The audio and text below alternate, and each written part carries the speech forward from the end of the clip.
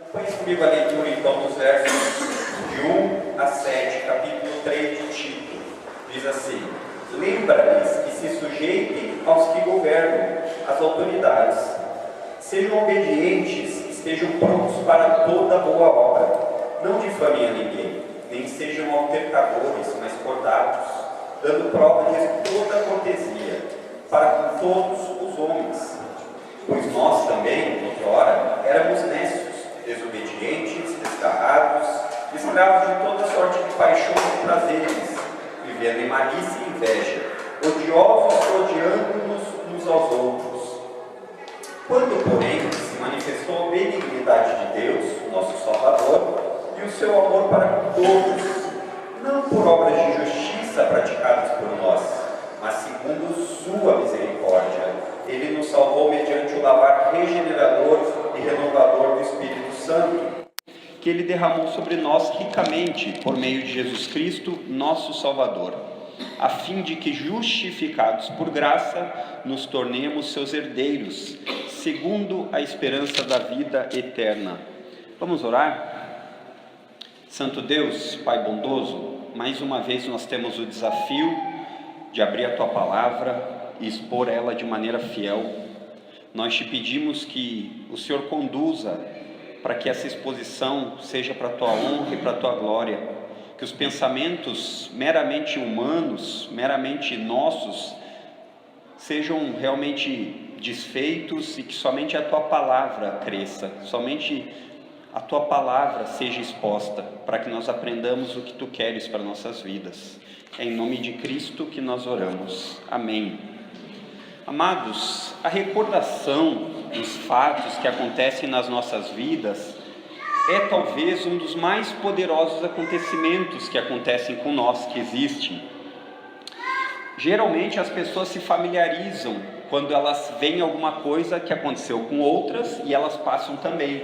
Por exemplo, situações alegres, quando o seu time ganha, o time do seu coração ganha e você lembra daquele evento por muito tempo, né? Ou então, em alguns casos tristes, onde muitas vezes nós temos a perda de algum ente querido nosso. E essas memórias, essas lembranças, elas fazem parte das nossas vidas. Nós somos pessoas que precisam diariamente recordar. Nós precisamos diariamente ser lembrados sobre coisas. Muitas das coisas que nós lembramos são coisas que nos aconteceram e que são alegres. E muitas vezes coisas que nós nos lembramos foram tristes. Mas o que elas têm em comum é que tanto uma quanto a outra servem para o nosso aprendizado. Lembrar dos acontecimentos que já aconteceram nos ajudam a não cometer os mesmos erros, muitas vezes que nós mesmos cometemos ou que alguém que nós conhecemos cometeu. E é exatamente isso que Paulo vai falar para Tito nessa carta. Vocês notem que ele começa dizendo, lembra-lhes, no capítulo 3, no verso 1. Só essa palavra lembra-lhes já daria uma pregação. Porque o que Paulo quer dizer para Tito aqui, a tradução da Bíblia corrigida, Almeida corrigida, ele diz, inculca na mente deles, ou seja, faz com que eles lembrem, sempre coloca dentro deles para que eles não deixem aquele pensamento, a ideia disso, para que eles se lembrem. E é interessante que tudo isso vem em continuidade do que Tito era para ser feito no capítulo 2, que ele começa dizendo as tarefas que Tito deveria falar para a igreja. Olha, os mais idosos, eles devem ser equilibrados. E aí depois ele passa pelas mulheres, ele depois vai para os jovens, fala do próprio testemunho de Tito, que deveria ser um bom exemplo, e por fim ele fala para os servos. E é interessante notar que no capítulo 2, no verso 11, ele vai dizer por que eles deveriam viver dessa forma. Porque a graça de Deus alcançou esses homens. E quando a graça de Deus alcança, existe transformação de vida. E porque a graça transformou, Paulo vai dizer a Tito no capítulo 2, verso 12, que a graça nos ensina, ela nos educa. E agora, como uma continuidade disso, ele diz, Tito, lembre-se que a graça de Deus, ela traz lembrança. E ele vai dizer 3 coisas que a graça de Deus traz como lembrança: a sermos obedientes às autoridades, verso de 1 e 2. Depois ele vai dizer a termos compaixão dos perdidos, verso 3. E depois ele vai dizer que nós devemos lembrar de ficarmos próximos da cruz, versos 4 até 7.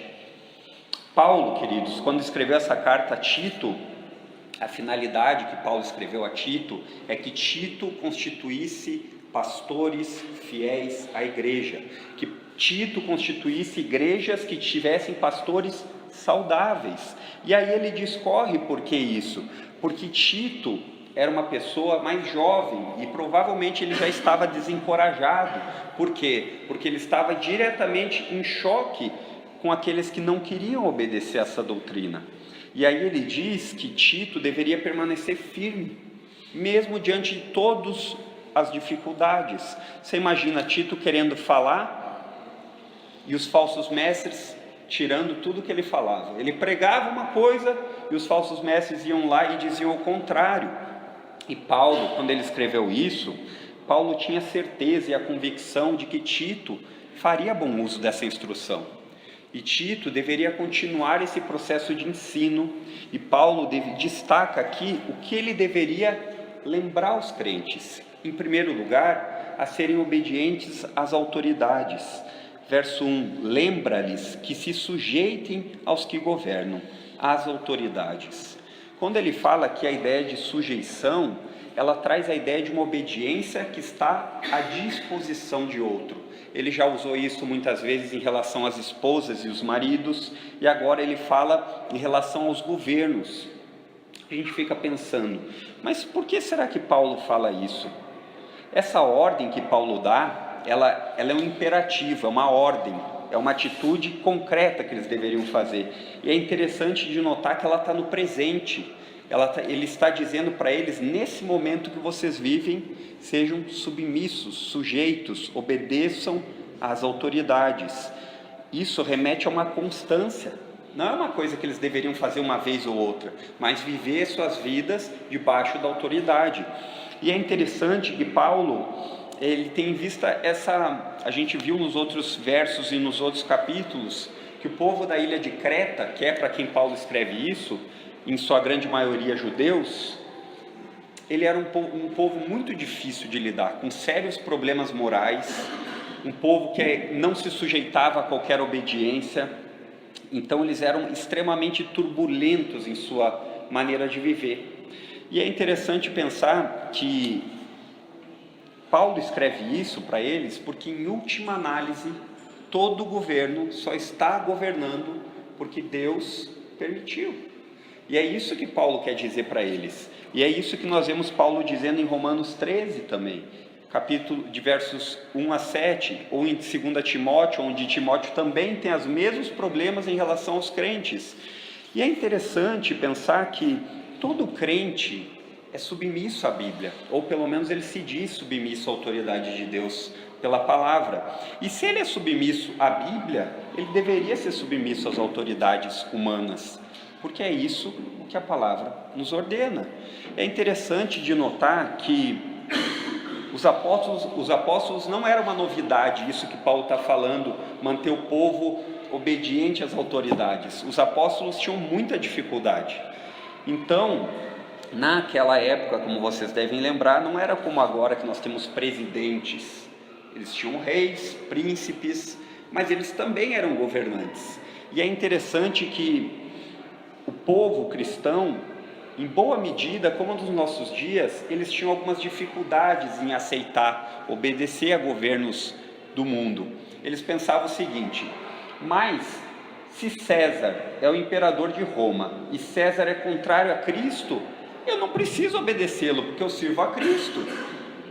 E esse pensamento, de certa forma, não é um pensamento ilógico, é um pensamento até lógico, mas Paulo diz o contrário. Paulo diz assim: não é assim que você deve pensar, porque o governo só está lá porque Deus assim o permitiu, então você deve ser sujeito a eles.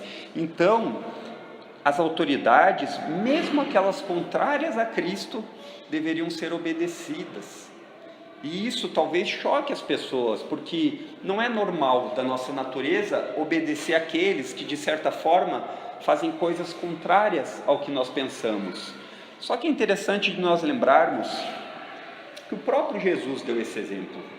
Em um episódio onde o Senhor Jesus estava pregando, chegam os fariseus até ele para pegá-lo e perguntam a respeito se era lícito ou não pagar o imposto a César. E aí Jesus, sabendo o que eles queriam, pergunta: me mostrem a moeda. E eles mostram a moeda, e ele fala: tem o rosto de quem? E aí eles dizem: de César. E aí Jesus diz: dai a César o que é de César e a Deus o que é de Deus. Jesus não censurou a cobrança de impostos, que os judeus achavam que era errado, mas Jesus em momento nenhum falou isso. E para ficar ainda mais forte essa ideia de que Jesus não era contrário às autoridades humanas, vocês devem se lembrar em outra ocasião, outro episódio, que chegaram a cobrar o tributo deles.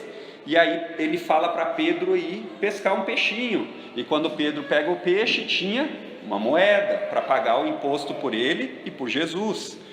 Então, talvez até aqui você esteja se perguntando: Guinho, você está me dizendo então que eu devo obedecer o governo até quando é errado? Porque nós sabemos que o governo faz tantas coisas erradas.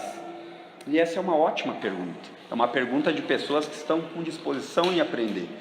Os cristãos, eles devem sim obedecer às autoridades e governantes sempre, sempre.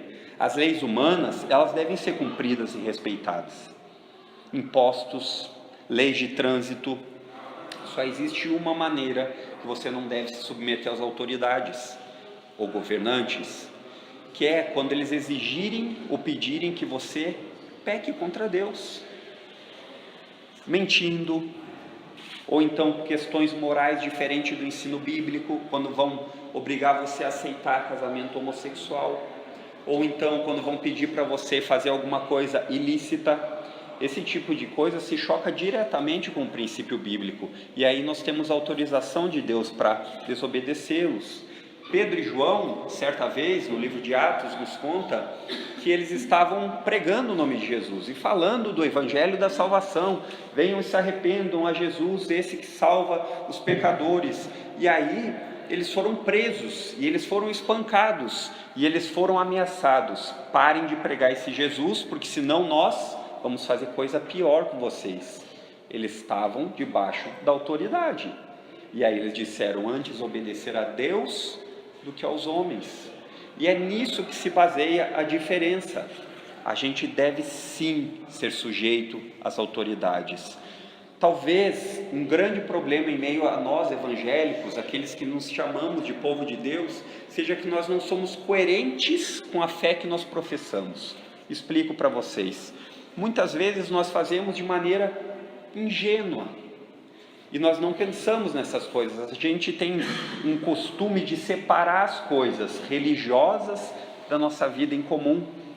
Falava com o pastor Fernando há pouco, e muito tempo atrás nós conversamos sobre isso. Não é simplesmente uma questão, irmãos, de ser honesto. É uma questão de ser digno de confiança, de honrar a Deus com as nossas vidas. Por exemplo, falava com o pastor Fernando, nós temos as filhas na mesma escola, e ele tentou a bolsa de estudos para a filha dele o ano passado ou retrasado, não me lembro, ou todos os anos na verdade. E para conseguir essa bolsa, eles pedem um monte de informações para você ser merecedor da bolsa, e isso é extremamente bom. Só que, por o pastor Fernando, por ele ter falado a verdade, ele não conseguiu a bolsa. Se ele tivesse omitido informações a respeito de quanto ele tinha de renda, ou então aonde ele morava, como muitos cristãos fazem, ele teria conseguido a bolsa. Então, o que eu quero dizer aqui é dizer que muitas vezes a gente não se toca de que existem pequenas coisas na nossa vida que a gente separa. Só que Paulo diz assim: Tito, ensine eles que eles sejam sujeitos aos governantes. Imposto é de governo, o governo não merece, você paga o imposto, mas não é pecado, pague o imposto. Ser extremamente certo com questões comerciais, quem é comerciante, notas fiscais, sonegação de imposto, o governo merece? Não merece, mas o ponto não é merecer ou não merecer, o ponto é nós sermos confiáveis, que aqueles que nos vejam saibam que nós somos confiáveis, porque Cristo assim nos ordena. Outra situação que talvez você já tenha passado, vivido, ou quase fez parte, eu quase fiz parte, mas quando eu parei para pensar, será que isso é certo? Eu acabei raciocinando e organizando meus pensamentos. Muitos fazem financiamento de automóvel, faz parte, mas dificilmente existe alguém que consegue comprar um carro à vista, e para isso servem os bancos, para isso servem os agentes financeiros. E é curioso que muitas vezes, por causa da nossa cobiça, da nossa vontade de ter o carro, a gente aceita aquele financiamento do carro sem problemas. Deu 50 parcelas de R$1.000, mas eu vou fazer, ou 50 de 500, enfim. Eu vou fazer porque eu quero muito ter esse carro. Passam-se alguns meses, você não consegue mais pagar o carro porque você não pensou a respeito, e aí um amigo seu faz uma revisional. E aí você fala, pois é, eles estão me cobrando juros abusivos, eu vou fazer uma revisional. O ponto é, quando você fez aquilo, estava bom para você. Agora se tornou ruim porque você não consegue pagar. Isso, gente, toda forma de jeitinho brasileiro que nós temos é ser desobedientes a Deus. Porque todas as vezes que nós somos desobedientes ao governo, quando ele é merecedor, nós pecamos contra Deus. Não é uma questão de, será que o governo merece? É uma questão de, Deus assim ordena. E é interessante que Paulo, ele continua dizendo como deveria ser a maneira como que nós deveríamos nos sujeitar aos governantes. Ele vai dizer na parte B do verso 1, sejam obedientes, estejam prontos para toda boa obra.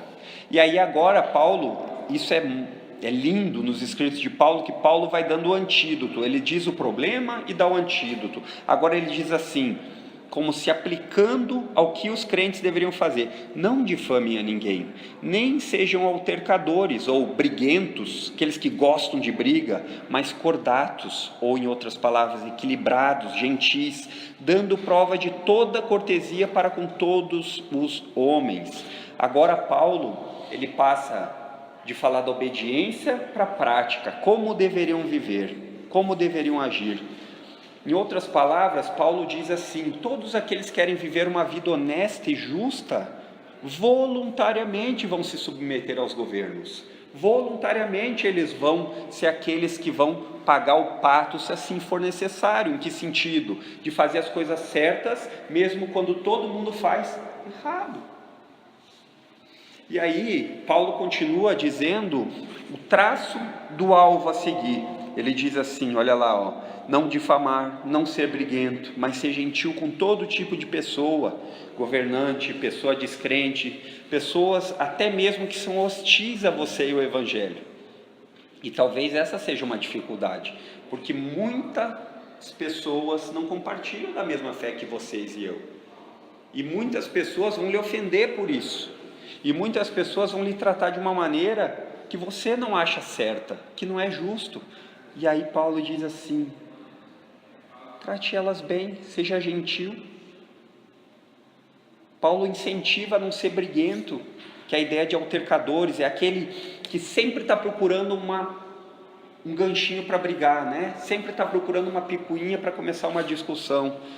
E é por isso que nós devemos aprender, gente, a tratar os outros com gentileza. E nesse processo está incluso no pacote ignorar um bocado de coisas. Muitas pessoas vão lhe ofender, muitas pessoas vão ofender a Cristo, e muitas vezes você vai ter que ignorar. Por quê? Porque é dessa maneira que a Bíblia nos ensina a ser.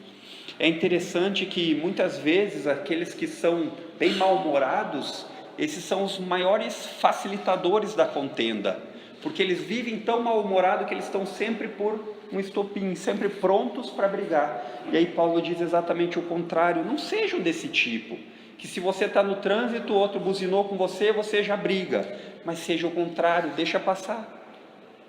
Não é fácil, ninguém disse que seria. O ponto é que nós temos um manual aqui de como seguir. É interessante que a gente vê várias brechas na nossa vida. Em que sentido? Brechas onde a gente coloca os nossos desejos acima da palavra de Deus. Por exemplo, quando a gente fala em autoridade, aqui Paulo está falando para ele só em governo, de fato. E depois ele vai passar a segunda parte, no verso 3, a falar de descrentes. Mas ele está querendo dizer todo tipo de autoridade. Todos aqui podem ser chefes ou podem ser funcionários. E todas as vezes que você for fazer algum tipo de coisa que você não se torna confiável, que o seu chefe precisa desconfiar de você, é pecado. Se você um dia chegar para pedir uma folga para o seu chefe ou coisa do tipo, pense antes. Pois bem, vamos pensar, quanto tempo eu precisaria trabalhar para ter direito a férias? 1 ano. Se não, você não tem esse direito. Mas conversa com ele, com o seu chefe, não tem problema. Queridos, não é uma questão de ter problema ou não ter, é uma questão de seguir o que a lei nos ensina. Seria tão mais fácil se nós fôssemos pessoas, como a Bíblia nos diz, para sermos confiáveis, não querer atalhar as coisas, fazer da maneira que tem que ser, mesmo que demore mais tempo. E é interessante que Paulo, ele vai enfatizar que todos os homens, sempre que eles tenham uma noção muito elevada sobre si mesmos, eles não vão ter facilidade em perdoar os outros, diferente daqueles que sabem que precisam ser perdoados.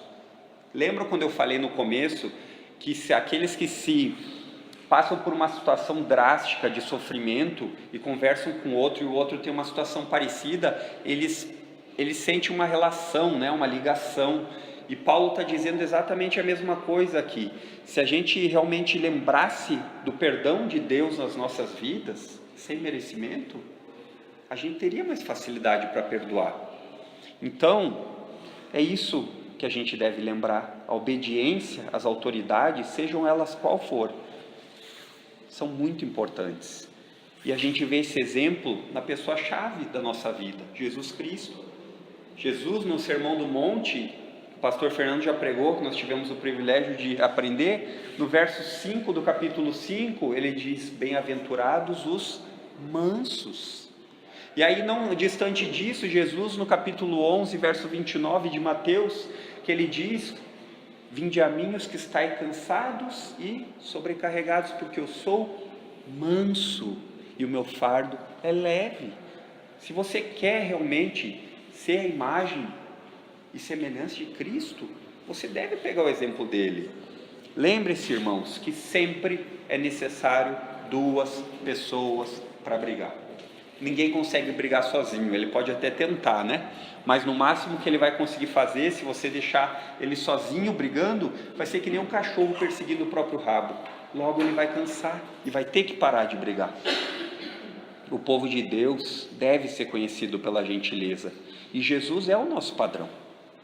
Ele é nosso Rei, Ele é nosso Salvador. Nós cantamos: eterno Rei, exaltado nas alturas. E Paulo, ele não fala só aqui sobre as considerações do proceder cristão. Paulo, quando tratou com a igreja de Éfeso, em sua carta aos Efésios, no capítulo 4 e no verso 29, ele diz: não saia da sua boca nenhuma palavra torpe, mas aquela que é boa para edificação. Ou seja, o que Paulo tem em mente, e aqui dá para muito bem fazer essa aplicação, é que nós devemos ser pessoas que sempre estão dispostas a falar coisas que constroem, que edificam. É muito interessante, Paulo, porque Paulo sempre dá o antídoto para as coisas. Ele diz aqui: não sejam difamadores, ou trazendo mais para os nossos dias, não sejam fofoqueiros, não fiquem difamando os outros. Ao invés disso, ser briguento e fofoqueiro, sejam equilibrados e gentis. E aí ele continua dizendo que isso era para ser feito, porque com certeza faria diferença na ilha de Creta, tomada pela imoralidade. Pessoas que estavam lá pregando a Cristo por ganância, por dinheiro. E não é diferente 2000 anos depois. Se nós vivermos dessa maneira na sociedade que nós vivemos, vai fazer diferença. Não para que eles batam nas nossas costas e digam: quão louvável você é, Adriano, mas para que Deus seja honrado, como o pastor Fernando botou na obra de ação social da igreja que o irmão Ali foi levar. Graças a Deus por isso, mas não é para que o irmão Ali seja abençoado, mas para que olhem as nossas obras e glorifiquem a Deus. Essa é a ideia. Queridos, lembre-se de que temos que ser pessoas que obedecem às leis. As leis humanas também são leis para serem cumpridas. De que devemos ser pessoas que se esforçam, porque isso vai necessitar esforço, de gentileza ao invés da briga. Nós vamos precisar nos esforçar. De pessoas que procuram os interesses, não seus próprios, mas os interesses do reino, assim como Jesus ensinou na oração do Pai Nosso: venha a nós o teu reino, Deus. Em segundo lugar, a salvação pela graça, ela nos lembra, queridos, a termos compaixão dos perdidos. Verso 3: pois nós também outrora éramos nécios, desobedientes, desgarrados, escravos de toda sorte de paixões e prazeres, vivendo em malícia e inveja, odiosos e odiando uns aos outros. Interessante de Paulo escrever isso para os cretenses, porque eles tinham um motivo muito forte para eles se reconciliarem com seus vizinhos pagãos, né? Paulo, ele pinta um quadro muito escuro. Vocês devem notar que Paulo relembra eles de como eles eram. Paulo traz à memória eles para que eles não esqueçam como eles eram antes de Cristo, para que eles não achem que eles estavam fazendo as coisas agora de outra forma e eles eram melhores. E quantas vezes isso acontece entre nós cristãos? Quantas vezes nós acabamos por não viver uma vida mais em pleno pecado, de maneira que a gente se lambuza no pecado, a ser duro, de uma maneira de vingador, de juiz contra aqueles que ainda não tiveram a luz do Evangelho da glória de Cristo. É interessante que Paulo pinta aqui esse quadro e ele se coloca junto, porque ele fala: pois nós também, como que dando mais força ainda para o seu argumento. Ele diz que antes nós éramos nécios, em outras traduções vai dizer insensato, que está ligado a viver de uma maneira que não leva a Deus em consideração. Antes nós éramos desse jeito, nós vivíamos sem entendimento. Aí ele diz lá: nós também éramos desobedientes, ou vivíamos indo para outro lugar, nós não obedecíamos a Deus. E aí depois ele continua dizendo desgarrados, ou seja, a ideia de um pastor que chama suas ovelhas, mas as ovelhas estão desgarradas, estão longe. Paulo diz: nós também andávamos longe do pastor das almas, nós também andávamos sem nenhuma preocupação em segui-lo. E aí ele termina dizendo: escravos de toda sorte de paixões e prazeres. Queridos, tudo isso acontece quando nós não reconhecemos essas coisas em nossa vida, de que todos nós já passamos. E essa dificuldade que a gente pode ter, eu falei antes, em perdoar ou lembrar desse sentimento em relação a essas pessoas, muito provavelmente se deve a não lembrar de onde nós somos resgatados. Ou talvez porque, se pensarmos dessa maneira, talvez nunca fomos resgatados de verdade. Porque lembrar do perdão que você precisa de Deus vai gerar compaixão no seu coração pelos perdidos. E é interessante que Paulo relembra isso também em Efésios, que todo crente antes de Cristo salvar é perdido, morto em pecados e transgressões. E a descrição aqui de Paulo da natureza humana antes que seja transformada, ela é possível de ver quão miserável ela é. Acompanhe comigo. Em primeiro lugar, ele qualifica os incrédulos. Ele diz: nécios, insensatos, porque toda sabedoria humana é vaidade quando não conhece a Deus. Pode ser o cara mais inteligente que existe, sem Deus não passa de vaidade. Em segundo lugar, ele classifica de desobedientes, porque somente a fé pode trazer a obediência verdadeira a Deus. E a incredulidade é sempre rebelde a Deus e desobediente. E em terceiro lugar, ele diz que os incrédulos são desgarrados ou desviados, porque somente Cristo é o caminho e a luz. João 8:12 e João 14:6. E após descrever essa incredulidade, Paulo caminha para o resultado dela. Os incrédulos, Eles não obedecem a Deus, eles são descarrados de Deus, e qual é o resultado disso? Ele vai dizer: escravos de toda sorte de paixões, de prazeres, vivendo em malícia e inveja, odiosos e odiando uns aos outros. É claro que nem todos experimentam o mesmo grau dos vícios em todas as medidas. É claro que muitos problemas que eu passei, talvez vocês não passaram, ou vice-versa, mas aqui o que Paulo tem em mente é que todos se encontram escravizados aos desejos. Abre parênteses, sem Deus, fecha parênteses. Sem Deus nós somos escravizados e jogados como uma onda tempestuosa faz com um navio no mar à deriva, assim somos nós sem Deus. Nós somos jogados a esse desejo num dia, aí muda no outro dia. Nós somos inconstantes, e é isso que Paulo está falando, que eles deveriam se lembrar como eles eram. E Paulo, ele cobre aqui de uma forma geral todos os frutos da incredulidade, que vai produzir nas pessoas. Alguns têm todos, alguns têm alguns têm um, outro, mas todos vão ter algum tipo de fruto dessa maneira. E aqui a gente poderia muito bem olhar a distinção entre os incrédulos e os filhos de Deus, porque todos que são incrédulos, eles têm essas marcas, e os filhos de Deus não devem as ter. E é por isso que, amados, nós temos que lutar com os nossos corações contra inveja e malícia de qualquer tipo, para que realmente a gente possa viver uma vida que demonstre a Cristo, não dominada por malícia, não dominada por essas coisas, inveja. Todos nós já compartilhamos de alguma forma disso. Antes que você pense que eu estou passando a mão em cima da cabeça dos incrédulos, daqueles que não servem a Deus e que pecam sem medida, não é isso que eu estou dizendo. Nós devemos sim apontar para o pecado, nós não devemos ser coniventes com ele. Mas é diferente, porque quando nós fazemos isso, nós não vamos fazer porque nós nos achamos melhores. Eu não sou bêbado, eu não sou adúltero, eu não sou prostituta. Não por isso, mas porque a gente quer apontar o caminho para eles. E aí a gente não é conivente com as más obras, mas não porque nós queremos ser melhores que eles. E eu creio que se você já teve essa luta, como eu tenho, e eu luto, muitas vezes a gente faz uma classificação. Esse merece receber a Jesus, esse aqui eu vou pregar o Evangelho. Mas esse aqui, eu não quero que ele receba o Evangelho, porque se ele receber o Evangelho, talvez ele seja salvo que nem eu. Lê do engano, amados.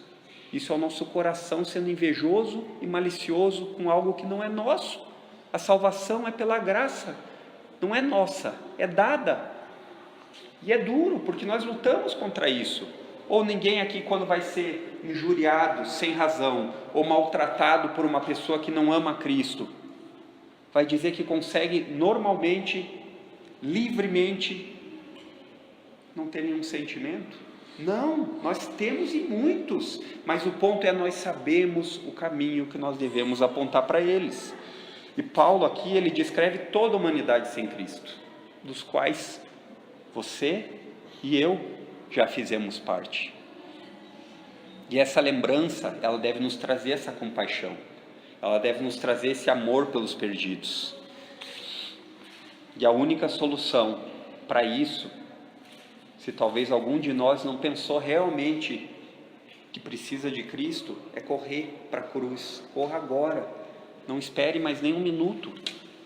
E é isso que Paulo relembra a Tito em terceiro lugar: ficar próximo da cruz de Cristo, ou em outras palavras, lembrando como somos salvos. Aí ele vai dizer, verso 4, quando aconteceu, porém se manifestou a benignidade de Deus, nosso Salvador.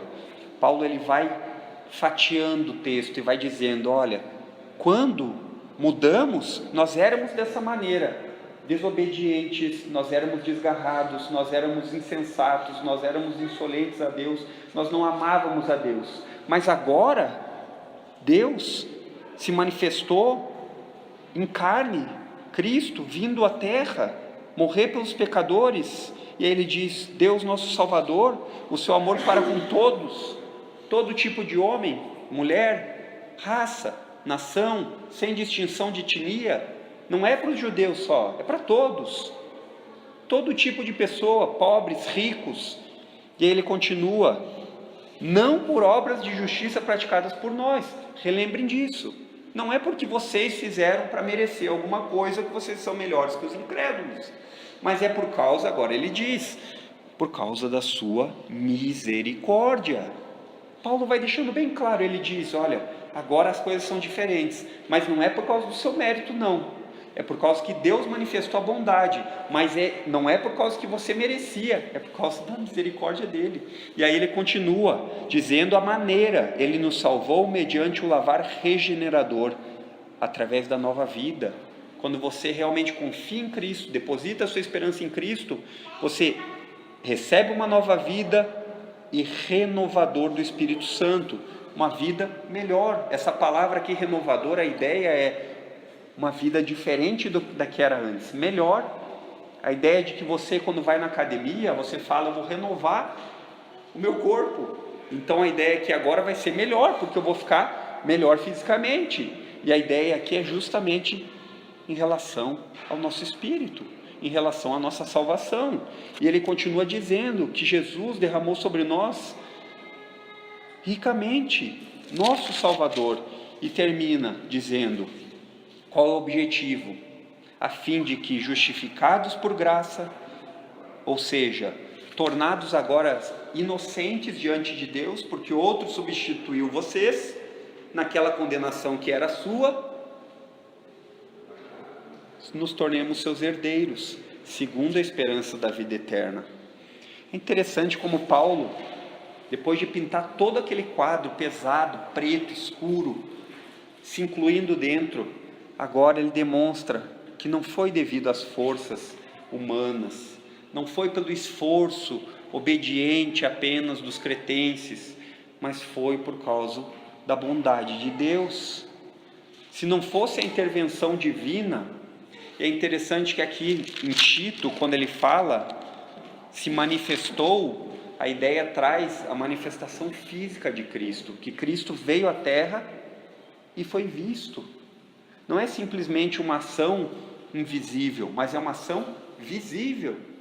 E é interessante que depois de falar isso, Paulo, ele diz: Cristo veio ao mundo fisicamente.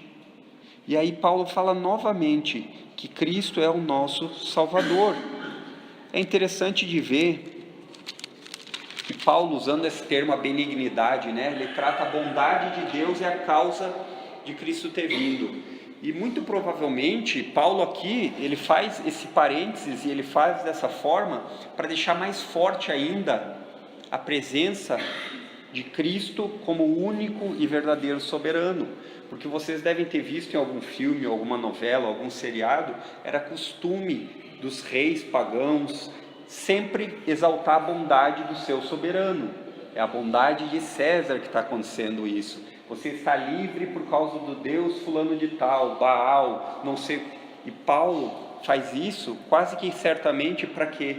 Para demonstrar que existe um verdadeiro Deus. E é por causa da bondade desse Deus que Cristo veio.